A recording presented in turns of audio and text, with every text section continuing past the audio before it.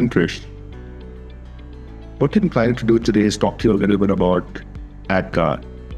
Not ADKAR in general, but ADKAR in this. This book is published by Prosci and it's written by Karen Dog. Right off the bat, the first thing you notice is it's heavy up. It's 100 pages long. If you look through the first few pages, you'll see that the book is now broken up into 3 parts. It describes individual change, organizational change, and infrastructure. So let's step back a little. What's this book all about? Either of these things, what are they all about? The book is about how can an individual support a sustainable change in someone or some group. That's what book's about.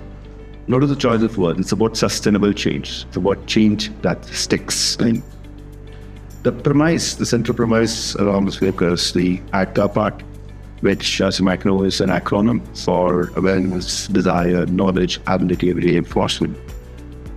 And what the book is basically calling out is, based on research, a person has to go through all these 5 elements to successfully sustain change. What does the book have? As I said, it has 3 parts. The first part covers what does it mean to me? What does it mean to me as a person? As an individual, helping another individual through a change or helping myself through a change. What does it mean to have such a process in my head as I support them? And just to be clear, this model is not about making someone change, it's helping someone change. So the ADKAR part is dealt with in that first section. And the way it's dealt with is where the difference between the original ADKAR book and this ADKAR Advantage book sits. In ADKAR Advantage, it gets more into not just describing it as a model, but also into method. And then the method has a few templates. It invites you to reflect along with it as you complete each chapter. And then it has a few assessments that you can fill up for yourself for them. And it finishes out with a couple of QR codes where you can download additional material. So as much as the first book was all about ADKAR, this book now moves into the territory of helping you practice ADKAR. It's a practitioner's book. It's practice ADKAR in context of you being a reader. It doesn't need you to be a change practitioner. It doesn't need you to be anything other than an individual who wants some of the growth and change. Part 2 then moves on to your professional side. It moves on to me as a leader. It talks to me in terms of, now I'm trying to drive organizational change. How would I apply ADKAR on that? It gets into a fair bit of detail, and it talks about change management, the field of change management, how groups of people make a change is how part 2 is titled. It describes that, I'm tempted to go into the details, but I won't. But it talks about something like, for example, the ADKAR blueprint, which is a canvas with which you plan an overall change. We can probably ship a few changes with just that blueprint. It talks about different roles in an organization during a change. And most importantly, it talks about how you can support those roles in making change happen for themselves before they bring the organization along. Prosci often says change management takes change management, and this is precisely what the section is about. Again, boatload of material over here, assessments over here, templates over here, and downloadable material sitting outside of the physical copy of the book. The third section talks about how organizations become better at change. And here, the whole picture zooms out for a second. It asks, let's say you want to build ADKAR as a capability in an organization. What would you do? How would you get that down? And then it gets into that details on what does it mean for an organization to be mature at change management? What capabilities ought it build up? The best part about that section, and probably that's where the book comes to a close, is it also finally sums up the whole storyline to describe what should be a change practitioner's learning path. What should they do and not do? Well, maybe not the not-do part, but mostly what should they do? What should they accomplish in order to deliver change management in an organization? It touches upon everything, including skills and credibility. I particularly enjoy the fact that this book is got richness in it by including the voices of people who are practicing ADKAR. Be it in the first section, or the second section, or the third section, there's the bounty of examples, and examples range from an individual trying to make a change happen within his family to an individual trying to make a change happen in a 40,000 odd organization. It ranges from an individual change to gain a new skill to an organization building a capability over, say, a 24-month period. So there's a width to the examples, there's a depth to the examples, and each time you're hearing the voices of people from different parts of the world. That, like I said, adds a three-dimensionality to the whole storyline. So that's basically what the book has. That explains why the 100 pages from White's, for a book lover like me, why it's much more richer reading. So this book comes to us from Prosci, and it's written by Karen Ball. Karen Ball is a very senior leader at Prosci, and what comes out in every word of this book is her rich experience in practicing all that she's written about. She has been with the Prosci journey for quite some time now, and her journey with change management starts from 2006. She's worked in a variety of changes, both complex IT changes and other complex changes, and that width of experience also shines. I think the one thing that catches my attention all the way through the book is how the experiences of ADKAR storytellers is woven into the book, and that also gives us as a reader a sense of how Karen Ball would practice change. It's a lot of storytelling, and it's a lot of inclusive discussions with people who are undergoing change, and you can sense that empathy too as you go through the change. One thing that we often say about Prosci is that it brings together two things that organizations chase simultaneously: making the change work successfully and deliver the organization the benefit realizations it would like, as well as make sure human beings, people, are successful in the change. Bringing these two stories together is what much of Prosci methodology is about. And I think Karen Ball, in her book and as a person, definitely brings these two sides together. Enjoy the book.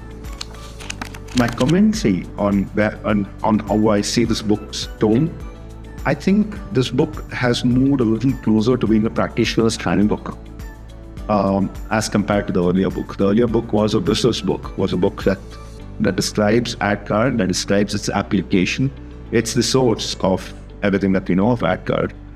This book then moves on to saying, okay, now that you know ADKAR, and let's assume you don't know ADKAR, the book obviously takes you towards ADKAR, but gets in more into application as a practitioner. Where would you apply it? How would you apply it? Where would you not apply it? Where might it fail?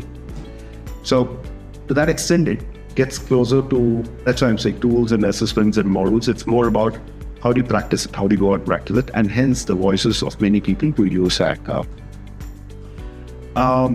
Totally, I think it's more functional. It's more get this done, get this from this. Perhaps a tad procedural, but not at the cost of the warmth in it. And the warmth, again, I think comes more from the ADKAR storytellers than anywhere else. Who's this book for?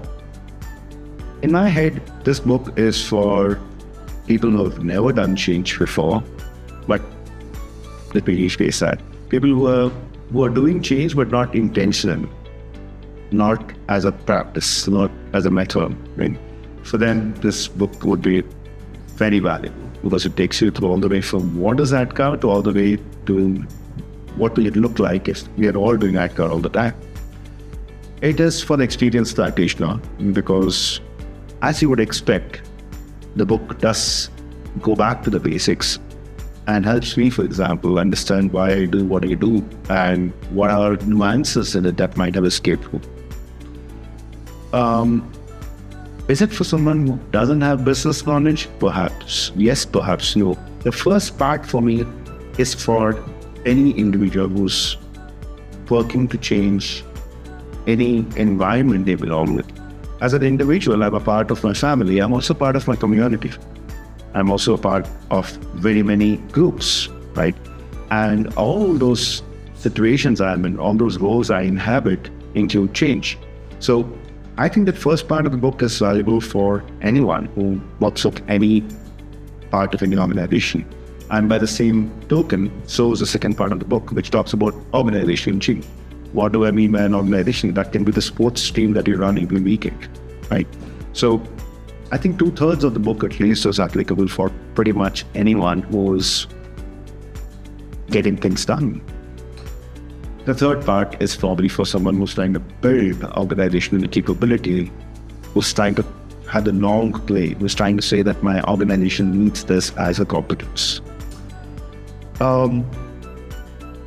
This book does not compare and contrast other methodologies. That is not its intention. And does it suffer because of that? I don't think so. I think ADKAR as a subject needs its own space. And without comparing and contrasting, so long as we all agree that we want to help the impacted individual go through change, I'm quite fine with this book focusing just on Prosci's ADKAR and boom. So it's perfectly fine as it is. But as a book review, I thought I should share that. What about from an India perspective? In my head, two things are relevant here. I think in India, we have depth of change management experience. But often I find change management professionals unable to articulate that in a way that resonates with the rest of the world.